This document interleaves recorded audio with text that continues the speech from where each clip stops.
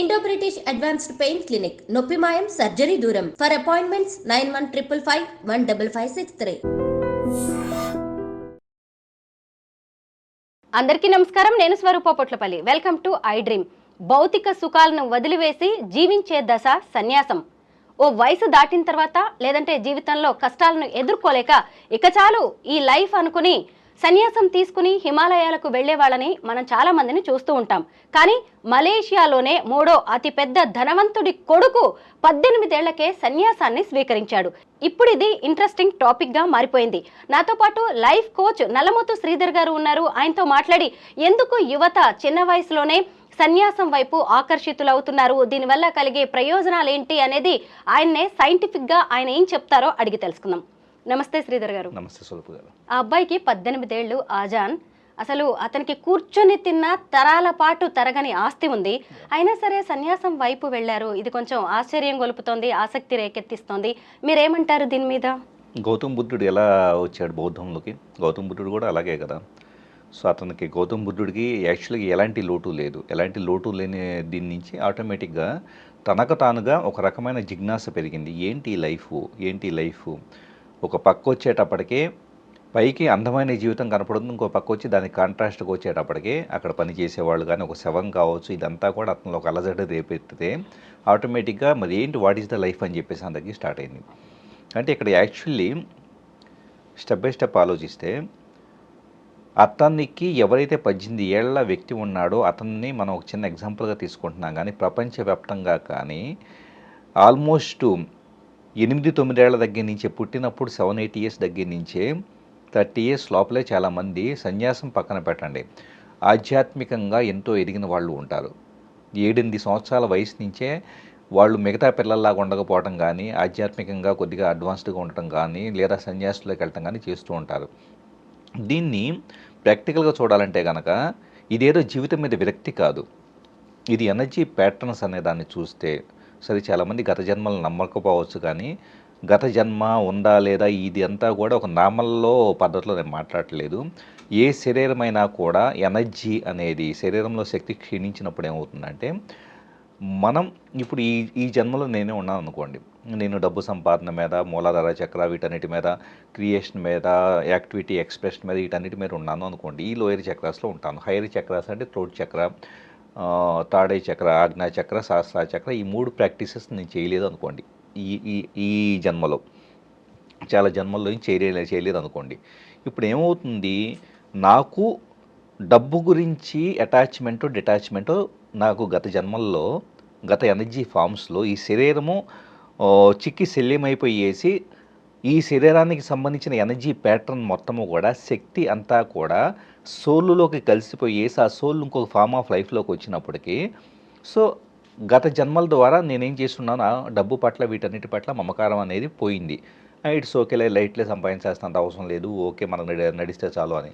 అదే కొంతమందిని చూడండి, వాళ్ళు అప్పుడే స్పెసిఫిక్గా వాటి పట్ల అటాచ్మెంట్ ఉండి చిన్నప్పుడు పుట్టినప్పటి నుంచి కూడా తెలుసో తెలియకుండా డబ్బు పట్ల ఇంట్రెస్ట్ చూపిస్తూ ఉంటారు. చనిపోయేంతవరకు కూడా ఇంట్రెస్ట్ పోదు. అంటే they are completely attached to the money అనే ఒక ఎలిమెంట్కి. సో జీవితంలోకి వచ్చిన తర్వాత డబ్బు కావచ్చు, సంపద కావచ్చు, వ్యక్తీకరణ కావచ్చు, పేరు ప్రతిష్టలు కావచ్చు, ఇలా ప్రతి దాని పట్ల కూడా ఇష్టాలు అయిష్టాలు ఈ పద్ధతి దగ్గర నుంచి న్యూట్రలైజ్డ్గా మీకు ఏమొచ్చినా, పేరు వచ్చినా, డబ్బు వచ్చినా, లేకపోతే ఇంకా ఏదైనా కూడా ఇది నాది కాదు, అది వచ్చింది జస్ట్ నేను విట్నెస్ చేశాను, at the same time surrender to the universe అని చెప్పేసి అనే థాట్ ప్యాటర్న్ అనేది మనిషికి అలవాటు కావాలి.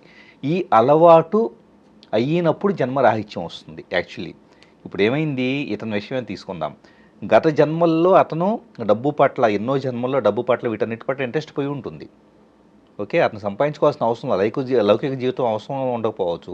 ఇప్పుడు నెక్స్ట్ జన్మరాహిత్యం అనే ఫేజ్కి రావడానికి ఇతనికి పుట్టినప్పటి నుంచి 18 ఇయర్స్లో చేయాల్సిన ఇంకా కొన్ని పెండింగ్ కర్మలు పూర్తి అయిపోయేసి 18 ఇయర్స్లో వచ్చేటప్పటికే ఇప్పుడు మెల్లగా కంప్లీట్ యాక్టివిటీ అయిపోయిన తర్వాత చేయాల్సింది డిటాచ్మెంట్ వచ్చేసిన తర్వాత స్పిరిచువాలిటీ పట్ల ఇప్పుడు ఇంట్రెస్ట్ వచ్చి ఉండొచ్చు. అది చాలా న్యాచురల్గా జరిగే ప్రాసెస్. అంటే శ్రీధర్ గారు, మామూలుగా సన్యాసం అనేది ఒక ఏజ్ తర్వాత తీసుకుంటూ ఉంటారు. ఎక్కువ మందిని మనం అలాగే చూస్తూ ఉంటాం. ఇప్పుడు ఈ ఆజాన్ విషయానికి వస్తే ఏజ్ అనేది మెయిన్ ఫ్యాక్టర్. 18 ఏళ్లకే తీసుకోవడం అంటే యూత్కి ఇప్పుడు ఎంజాయ్ చేయడానికి ఎన్నో మార్గాలు ఉన్నాయి. అంటే ప్రేమలో పడే ఏజ్ కావచ్చు, పబ్బులకి వెళ్ళే ఏజ్ కావచ్చు, డ్రింక్ చేసే ఏజ్ కావచ్చు, అలాంటివన్నీ వదిలేసి ఇంత చిన్న అబ్బాయి సన్యాసం వైపు వెళ్ళడం అంటే ఇవేవి నాకు వద్దు అని అతను త్యజించడమే కదా. వద్దని త్యజించడం అంటే అతనేమి అయిష్టంతో త్యజించట్లేదు. ఫస్ట్ ఇది గుర్తుపెట్టుకోండి. ఇప్పుడు మిగతా వాళ్ళంతా పబ్బులకి వెళ్తున్నారు, పార్టీలకి వెళ్తున్నారు, ఎంజాయ్ చేస్తున్నారు, లైఫ్ని ఎంజాయ్ చేస్తున్నారు అని చెప్పేసి అని అదే ఎంజాయ్మెంట్ అని చెప్పేసి అనుకోవడానికి ఏం లేదు. ఏముంది, అతనికి అది ఎంజాయ్మెంట్ అనిపించలేదు. యాక్చువల్లీ చెప్పాలంటే ఇంకొకటి మీరు అన్నారు 50 ఏళ్లకో 60 ఏళ్లకో కృష్ణారామ అనుకోవాల్సిన దీంట్లో ఇప్పుడు వెళ్ళటం అనేది మనకు ఆశ్చర్యంగా ఉండొచ్చు. కానీ యాక్చువల్లీ చెప్పాలంటే కనుక 50-60 ఏళ్లకే మనిషి ఆధ్యాత్మికంగా ఉండాలి లేదా సన్యాసానికి వెళ్ళాలని ఎవరు డిఫైన్ చేశారు? అసలు డిఫైన్ చేసిన వాళ్ళు ఎవరు? దానికి ఏమన్నా ఇది ఉందా బేసికల్గా? అసలు సన్యాసం అనే దాన్ని మొదటి నుంచి కూడా ఒక నెగిటివ్ యాంగిల్లో పోర్ట్రేట్ చేయడం అనేది జరగలేదంటారా? 100%. ఎందుకంటే సన్యాసం అంటే గనక పూర్తిగా కూడా అది ఒక తప్పు. సన్యాసం అంటే నా ఉద్దేశం ఏంటంటే కుటుంబ బాధ్యతలు వదిలేసి సన్యాసం వదిలేసేస్తే, ఇప్పుడు కుటుంబం ఉందనుకోండి, కుటుంబ బాధ్యతలు వదిలేసి సన్యాసం అయిపోయి వెళ్తే కనుక 100% భగవద్గీతలో దాన్ని తామసిక జ్ఞానం అని చెప్పేసి అన్నారు. అంటే కుటుంబం చూసుకోవాలి, నీ బాధ్యతలు చేయాలి, అలాగే నీకు ఒక పని ఉంటే ఆ పనిని చేస్తూ దాన్ని ఎంజాయ్ చేస్తూ దాని నుంచి డిటాచ్ అవ్వు, కర్మయోగంలో ఉండు, ఆ కర్మనే అటాచ్ చేసుకోబాక అని చెప్పేసి చాలా స్పష్టంగా భగవద్గీతలో చెప్పబడింది. అది అంతవరకు ఓకే. ఇప్పుడు ఫర్ ఎగ్జాంపుల్ అతనికి 18 ఏళ్ల కుర్రాడికి కావచ్చు, లేకపోతే మిగతా ఎవరికైనా కానీ బాధ్యతలు తీరిపోయినాయి, ఎవ్రీథింగ్ ఫ్యామిలీని సెటిల్ చేశారు అనుకుందాం, ఒక మంచి ఏర్పాటు చేశారు అనుకుందాం. సన్యాసంలోకి వెళ్తే పూర్తిగా వదిలేయాలని కూడా కాదు, ఫోనులు చేయవచ్చు, లేదా ఎప్పుడైనా కలవచ్చు, వీళ్ళు అటు వెళ్ళవచ్చు, ఇదంతా కూడా మనం బియాండ్ చూడం. యాక్చువల్లీ అతనికి ఒక పద్ధతి ప్రకారం లౌకిక విషయాలను వదిలిపెట్టకుండా మరోపక్క తన ఆత్మజ్ఞానాన్ని తెలుసుకోవడానికి ప్రిఫరెన్స్ ఇస్తే కనుక ఆ సన్యాసంలో తప్పే ఉంది. అలా కాకుండా మొత్తాన్ని వదిలిపెట్టేసి కొంతమంది ఏం చేస్తూ ఉంటారంటే ఆర్థిక సమస్యలు ఉంటాయి, కుటుంబ సమస్యలు ఉంటాయి, ఇంట్లో ఎప్పుడు కొట్టుకు తిట్టుకుంటూ ఉంటారు, సో ఫ్రెండ్స్తో సమస్యలు ఉంటాయి, అప్పుల వాళ్ళు ఎక్కువగా ఉంటారు, ఇన్ని పెట్టుకొని ఇంకా ఇది లాభం లేదని చెప్పేసి టకాలన మోటా మల్లె సర్దుకొని హిమాలయాలకో లేకపోతే అరుణాచలానికో బయలుదేరుతూ ఉంటారు. సో అలాంటి వాళ్ళు అది సన్యాసం అన్నారు, దాన్ని ఎస్కేపిజం అంటారు.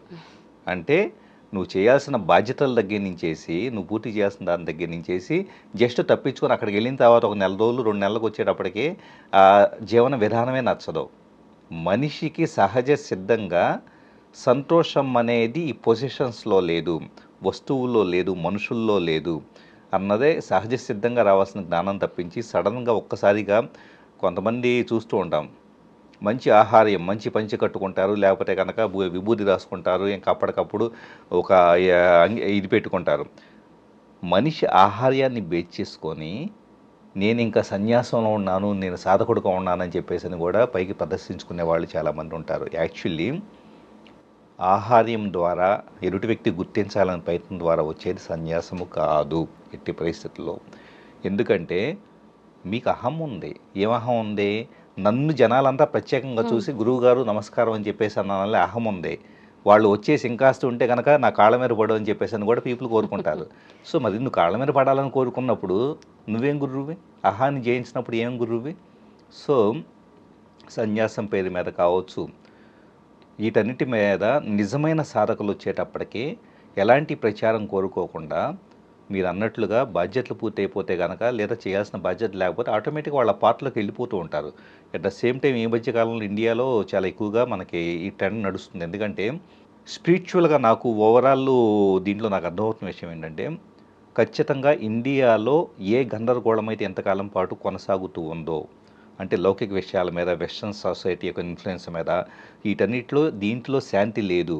పబ్బల్ కల్చర్ కావచ్చు, లేకపోతే పొజిషన్స్, కార్లు ఇవన్నీ ఎన్ని కొనుక్కున్నా కూడా, ఎన్ని విల్లాలు కొనుక్కున్నా, ఏం కొనుక్కున్నా కానీ పీపుల్కి సంతోషం దొరకట్లా. Something is missing. ఆ సంథింగ్ ఏంటి అంటే హార్ట్ మిస్ అవుతుంది. ఆ హార్ట్ ఎక్కడి నుంచి వస్తుందంటే కనుక when you balance your heart చక్ర. ఆ బ్యాలెన్స్ యువర్ హార్ట్ చక్ర ఎక్కడ వస్తుందంటే కనుక జస్ట్ డిటాచ్డ్ స్టేట్లోకి వెళ్ళిపోతే నాకు ఏమీ లేదు, ఏం అవసరంలా, హ్యాపీగా ఇప్పుడు ఉన్నాను, నేను మీతో మాట్లాడాను, దీని నుంచి నాకు ఎలాంటి ఎక్స్పెక్టేషన్ లేదు, జస్ట్ యూనివర్స్ నాకు నాలెడ్జ్ ఇచ్చింది, నేను మాట్లాడుకుంటూ వెళ్ళిపోయాను. ఇదే పద్ధతిలో చేసే ప్రతి పనిని దాంతో అటాచ్ అవ్వకుండా చేసుకుంటూ వెళ్ళిపోతే ఆటోమేటిక్గా హార్ట్ చక్ర ఓపెన్ అవుతుంది. పీపుల్కి ఈ హార్ట్ చక్ర కరెక్ట్గా లేదు కాబట్టి, నేను ఒక పని చేయాలంటే, నేను ఒక మాట మాట్లాడాలంటే నాకేమొస్తుంది, నాకెంత వస్తుంది అని లెక్కలు వేసుకొని బతికినప్పుడు హార్ట్ చక్ర క్లోజ్ చేసుకున్నారు పీపుల్. ఎలాంటి లెక్కలు వేసుకోకుండా when you have knowledge, when you have understanding, when you have love, so మనిషిని ప్రేమించే గుణం అన్కండిషనల్ ఉండాలి. కానీ సో ఎదుటి వ్యక్తికి ఇంత డబ్బులుంటే కనుక నేను బాగా ప్రేమిస్తాను, ఎదుటి వ్యక్తి పేదవాడైతే అసలు పట్టించుకోను అనుకునే డిస్క్రిమినేషన్ ఉంటే మనిషికి అశాంతి ఉంటుంది. అశాంతి నుంచి ఒకటే, వెళ్తే రోజు టెంపుల్కి వెళ్ళేసి పూజలు చేసేసేసి కొబ్బరికాయలు కొట్టేసి నాకు భక్తి కావాలి, నాకు అది కావాలి, ఇది కావాలంటారు. లేకపోతే కనుక జీవితం మీద విరక్తి పుడితే కనుక ఎస్కేపిజంగా సన్యాసం మీదకి వెళ్తారు. శ్రీధర్ గారు, అసలు ఈ వయసుకి ఇలాగే ఉండాలని మనమే డిఫైన్ చేస్తున్నామేమో అనిపిస్తోంది నాకు. 100%. ఎందుకు ఇప్పుడు మీకు ఎలా ఉంటుందంటే సోషల్ కండిషనింగ్ ప్రతిదీ కూడా యాక్టివ్గానో పాసివ్గానో మన మైండ్లోకి ఒక సజెషన్ ఇవ్వబడుతుంది. ఏమని చిన్నప్పటి నుంచి కూడా గళ్ళలుంగి వేసుకున్నాడు కదా దొంగ, గళ్ళలుంగి వేసుకున్న వాళ్ళంతా దొంగల కింద కనపడతారు. ఎర్ర టీ షర్టు గళ్ళలుంగి వేసుకున్న వాళ్ళంతా దొంగలు. సో ఇలాగా తెలియకుండానే వచ్చేటప్పటికే కొన్ని ముద్రలు వేయబడుతూ ఉంటాయి. ఆటో సెషన్స్ అంటాం మనం. సబ్ కాన్షియస్ మైండ్లో అయి పడిన తర్వాత ఎవరన్నా కానీ జస్ట్ వెళ్ళేసేసి, ఇప్పుడు మీరు 20 ఏళ్లకో 25 ఏళ్లకో ఎవరన్నా టెంపుల్కి వెళ్ళేసి భజనలో కూర్చున్నారు అనుకోండి, వాళ్ళకి ఏదో they are enjoying, it's okay.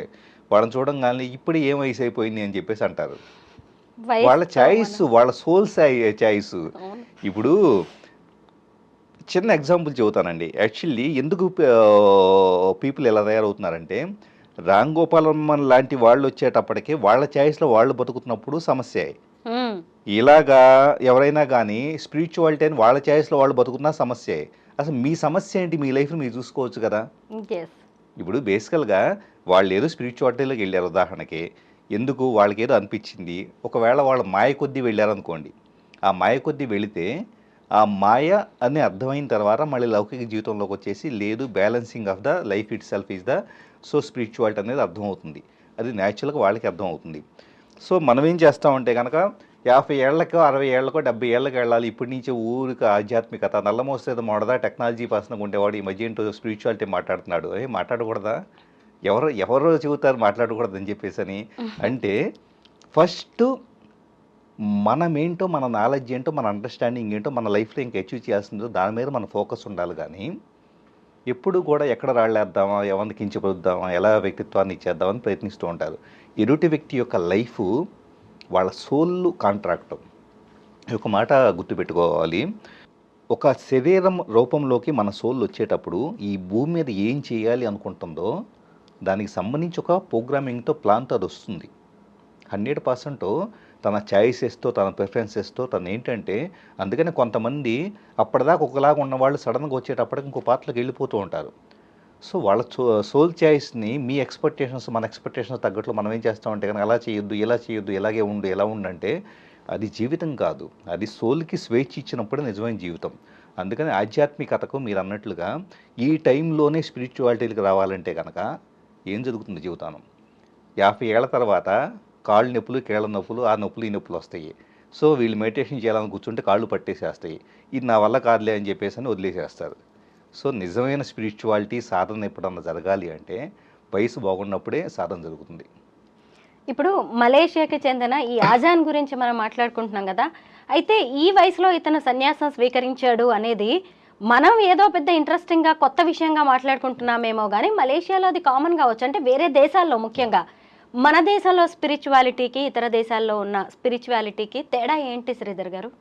ఒకప్పుడు గురుకులాలు ఉన్నప్పుడు, ఒకప్పుడు వచ్చేటప్పటికే రాజులు, రాజ్యాలు ఇలాంటివన్నీ ఉన్నప్పుడు, ఇంకా చెప్పాలంటే బ్రిటిష్ వాళ్ళు రాకముందు వచ్చేటప్పటికే ఇండియాలో స్పిరిచువాలిటీ బ్రహ్మాండంగా ఉండేది.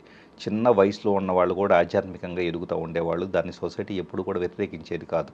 ఎందుకంటే అది వాళ్ళ పార్ట్ అని చెప్పేసి అన్నది అంతా యాక్సెప్ట్ చేసేవాళ్ళు.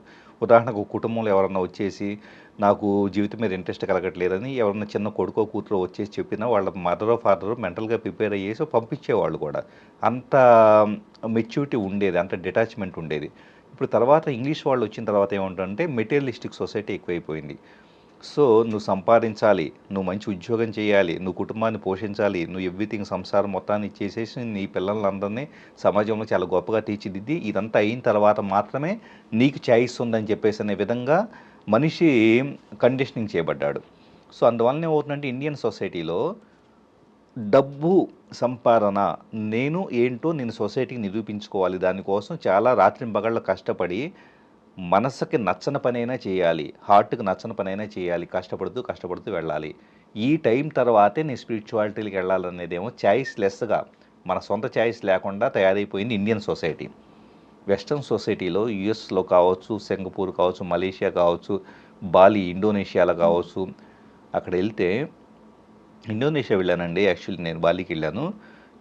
ఎవరికి వాళ్ళు ఎంత సహజ సిద్ధంగా జీవిస్తున్నారంటే, జస్ట్ మీరు అక్కడికి వెళ్తే మనాళ్ళు ఖాళీ దోటి స్మార్ట్ ఫోన్ పట్టుకుంటారు, వాళ్ళు పియానోనో లేకపోతే కనుక ఫ్లూట్ వాయించుకుంటూ కూర్చుంటారు సరదాగా. అంటే లైఫ్ని వాళ్ళకి నచ్చినట్లు జీవిస్తూ ఉన్నారు. అంటే స్పిరిచువాలిటీ అనేది వెస్ట్రన్ సొసైటీలో చాలా ఎక్కువగా న్యాచురల్ ఫేజ్లో వెళ్తుంది. ఒకప్పుడు ఇండియా గొప్ప అనుకున్న కానీ ఆధ్యాత్మిక జ్ఞానము ఇప్పటికీ కూడా నిజమైన జ్ఞానం కలిగిన వాళ్ళు తగ్గిపోయారు.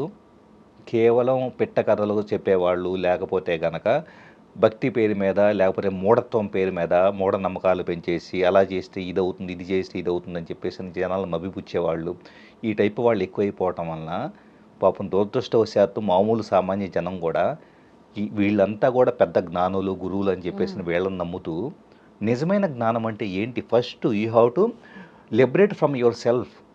నీ యొక్క అహాన్ని జయించాలి అంటే first live in the moment. ఈ క్షణంలో సైకలాజికల్ టైం, పాస్ట్ నిన్నో మొన్న జరిగిన వాటి నుంచి, రేపు జరిగే భయాల నుంచి, ఇటు మధ్య నుంచి first live in the moment. First ఫేజ్లో లిబరేషన్ స్టార్ట్ అవుతుంది. ఈ లిబరేషన్ స్టార్ట్ అయిన తర్వాత చక్రాస్ ఎనర్జీ అలైన్మెంట్ అవుతుంది. ఇవన్నీ చెప్పేవాళ్ళు లేరు, ఏదో కథ చెప్పేసేయటం. సో వాళ్ళు అలా అయ్యారు, వీళ్ళు ఎలా అయ్యారు అని చెప్పేసి ఒక కథ పెట్టగరా ఇవన్నీ చెప్పేసేయటము, మనాళ్ళు హ్యాపీగా తలూపుతో వినేసేయటము, చాలా ప్రశాంతంగా ఉందనుకోవటం, తర్వాత మళ్ళీ రొటీన్ అయిపోతుంది. అసలు ఈ సన్యాసం ద్వారా సాధించేది ఏంటి శ్రీధర్ గారు? హ్యాపీనెస్. హ్యాపీనెస్ అంటే ఇక్కడ రెండు ఉంటాయండి. యాక్చువల్లీ హ్యాపీనెస్ అని ఇప్పుడు మీరు సినిమాకి వెళ్ళాను, హ్యాపీగా అనిపించింది కదా, సో మంచి నాకు బిర్యానీ ఇష్టం అని బిర్యానీ తిన్నాను, హ్యాపీ అనిపించింది కదా. ఈ హ్యాపీ అనిపించే దాంట్లోనే దాని వెంటనే దుఃఖం ఉంటుంది. యాక్చువల్లీ చెప్పాలంటే మీకు ఏది హ్యాపీగా ఉంటే, ఉదాహరణకి మీకు ఒక ఫ్రెండ్ మీకు బాగా ఇష్టం అనుకోండి, ఆ ఫ్రెండ్తో మీరు ఉంటే ఎక్కువసేపు స్పెండ్ చేస్తే హ్యాపీగా ఉంటుంది అనుకోండి. ఆ ఫ్రెండ్ లేనప్పుడల్లా కూడా ఉన్నప్పుడు ఎంత ఎంజాయ్ చేస్తున్నారో, లేని 90% సందర్భాల్లో దుఃఖానికి గురవుతారు కదా. అంటే ఎక్కడ హ్యాపీ ఉంటుంది అక్కడ దుఃఖం ఉంటుంది, ఎక్కడ దుఃఖం ఉంటుంది అక్కడ మళ్ళీ హ్యాపీనెస్ అనేది ఉంటుంది. అంటే these are the two expressions of single thing, happiness, దుఃఖం అనేది. ఈ రెండింటికి ఇవి టెంపరీ మూమెంటము. ఈ రెండింటికి ఆవల చిన్నపిల్లలో సహజంగా ఏమున్నా లేకపోయినా నవ్వుతారు చూసారా, ఆ నవ్వు, ఆ బ్లిస్ఫుల్ స్టేట్ హార్ట్ చక్ర నుంచి వచ్చేది. ఆ బ్లిస్ని అలౌకిక ఆనందం అంటారు తెలుగులో చెప్పాలంటే.